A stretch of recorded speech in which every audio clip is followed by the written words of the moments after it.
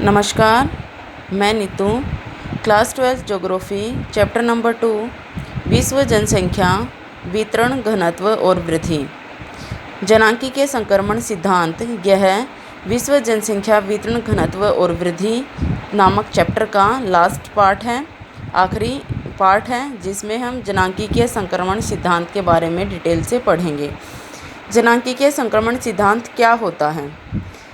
जनांकीय संक्रमण सिद्धांत के बारे में जानने के लिए हमें सबसे पहले किसी भी अक्षेत्र में जनसंख्या का अनुमान व उसका वर्णन करने के लिए जनांकीय संक्रमण सिद्धांत का प्रयोग किया जाता है।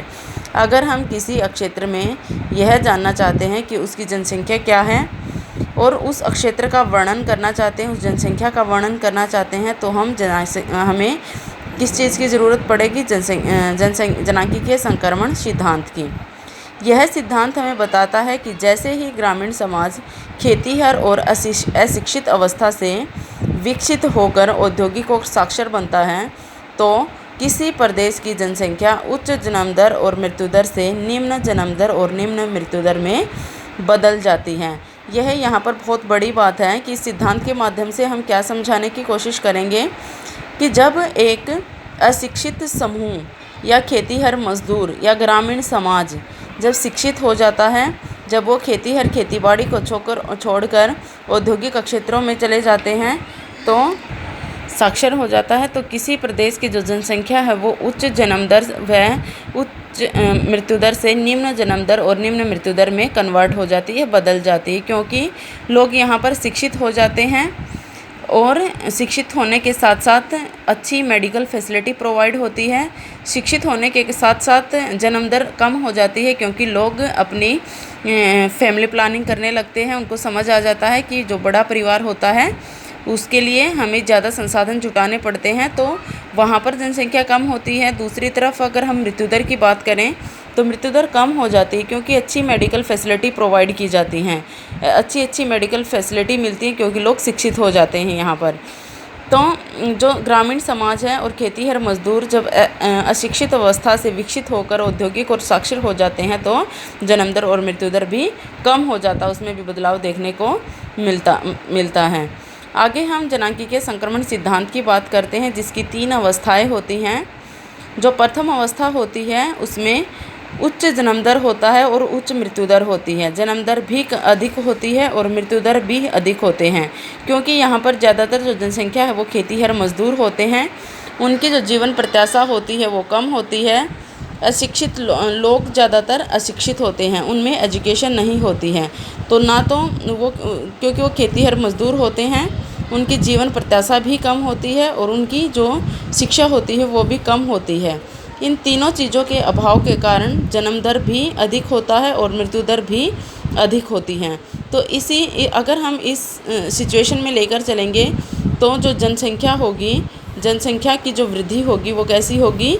धीमी होगी, क्योंकि यहाँ पर बच्चे तो पैदा हो रहे हैं, लेकिन साथ साथ उनकी मृत्यु भी हो रही है।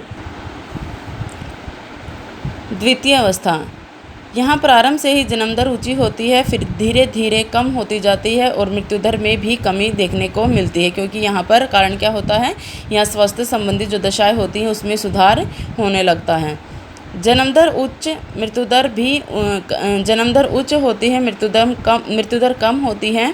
इस दशा में जनसंख्या होती है वो अधिक होती है, क्योंकि यहाँ पर जो जन्म दर है वो पहले तो ज़्यादा है और फिर धीरे धीरे कम हो रही है और मृत्यु दर कम हो जाती है, जिसके कारण जो जनसंख्या होती है वो अधिक होती है।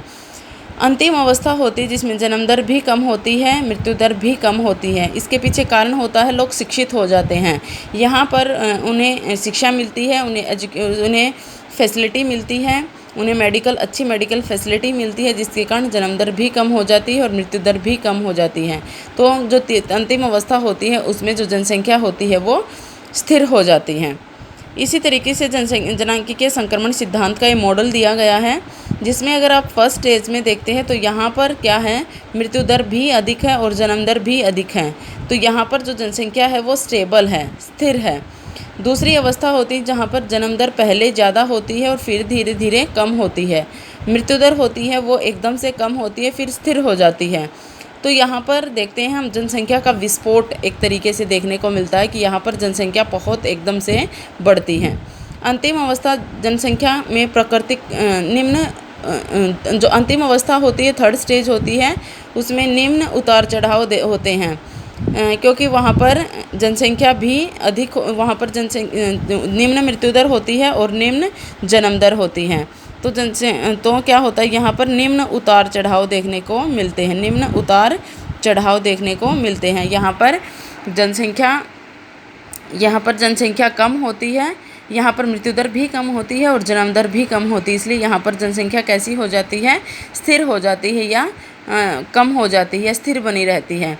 तो हमने ये 3 अवस्थाएं पढ़ी हैं। सबसे पहले यहाँ पर जो जनसंख्या थी वो जन्म दर अधिक, मृत्यु दर अधिक। दूसरा, यहाँ पर जन्म दर अधिक थी पहले, फिर धीरे धीरे कम होना शुरू होती है, और यहाँ पर मृत्यु दर में एकदम से गिरावट देखने को मिलती है और यहाँ पर थोड़ी सी स्थिर हो जाती है, जिसके कारण ये जो सेकंड अवस्था होती है इसे जनसंख्या विस्फोट भी एक तरीके से कहा जाता है।